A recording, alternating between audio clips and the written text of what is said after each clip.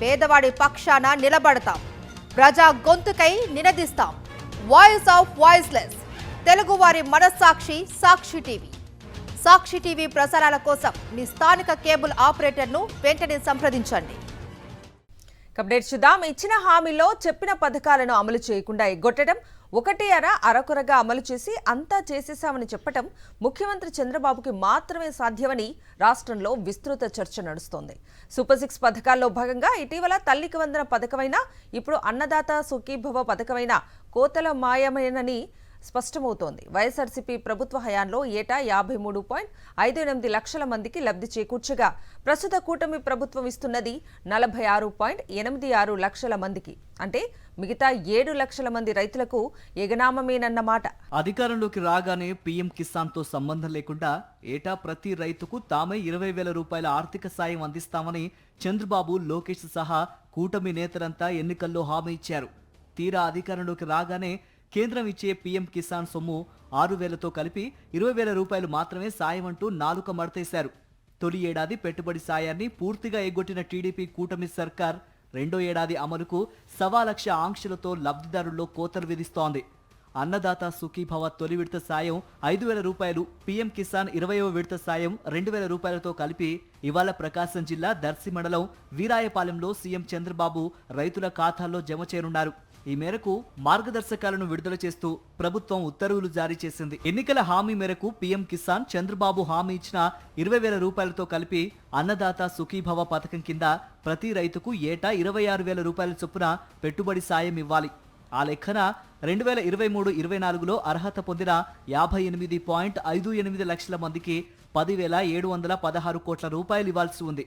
కానీ 2024-25లో ఇదిగో అదిగో అంటూ తొలి ఏడాది ఇవ్వాల్సిన 10,716 కోట్ల రూపాయల పెట్టుబడి సాయాన్ని చంద్రబాబు సర్కార్ నిస్సిగ్గుగా ఎగ్గొట్టింది. గత ఏడాది బకాయిలతో కలిపి ఈ ఏడాది 21,432 కోట్ల రూపాయలు జమ చేస్తుందని రైతులు భావించారు. ఆ మేరకు బడ్జెట్ కేటాయిస్తుందని భావించారు. కనీసం ఈ ఏడాది 20,000 రూపాయల చొప్పున ఇవ్వాలన్నా 10,716 కోట్లు బడ్జెట్లో కేటాయించాలి. కానీ 2025-26 బడ్జెట్లో ఈ పథకానికి కేవలం 6,300 కోట్లతో సరిపెట్టింది. దీంతో వడపోత అనంతరం 46.86 లక్షల మందిని అర్హులుగా తేల్చింది.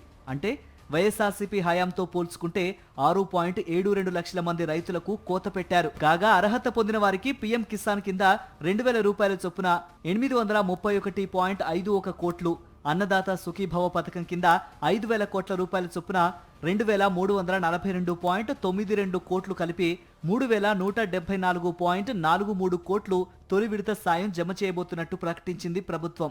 పైగా ఎన్నికల హామీకి విరుద్ధంగా 3 విడతల్లో జమ చేస్తామని చెప్పింది. తొలి విడత సాయం ఏప్రిల్లో, మేలో అంటూ తుదకు ఆగస్టులో అరాకొరగా అది పీఎం కిసాన్తో ముడిపెట్టి నేడు జమ చేసేందుకు సన్నద్ధమైంది. స్థానిక ఉప ఎన్నికలకు నోటిఫికేషన్ ఇచ్చిన ప్రాంతాలలో మాత్రమే పీఎం కిసాన్ సొమ్ము జమ అవుతుంది.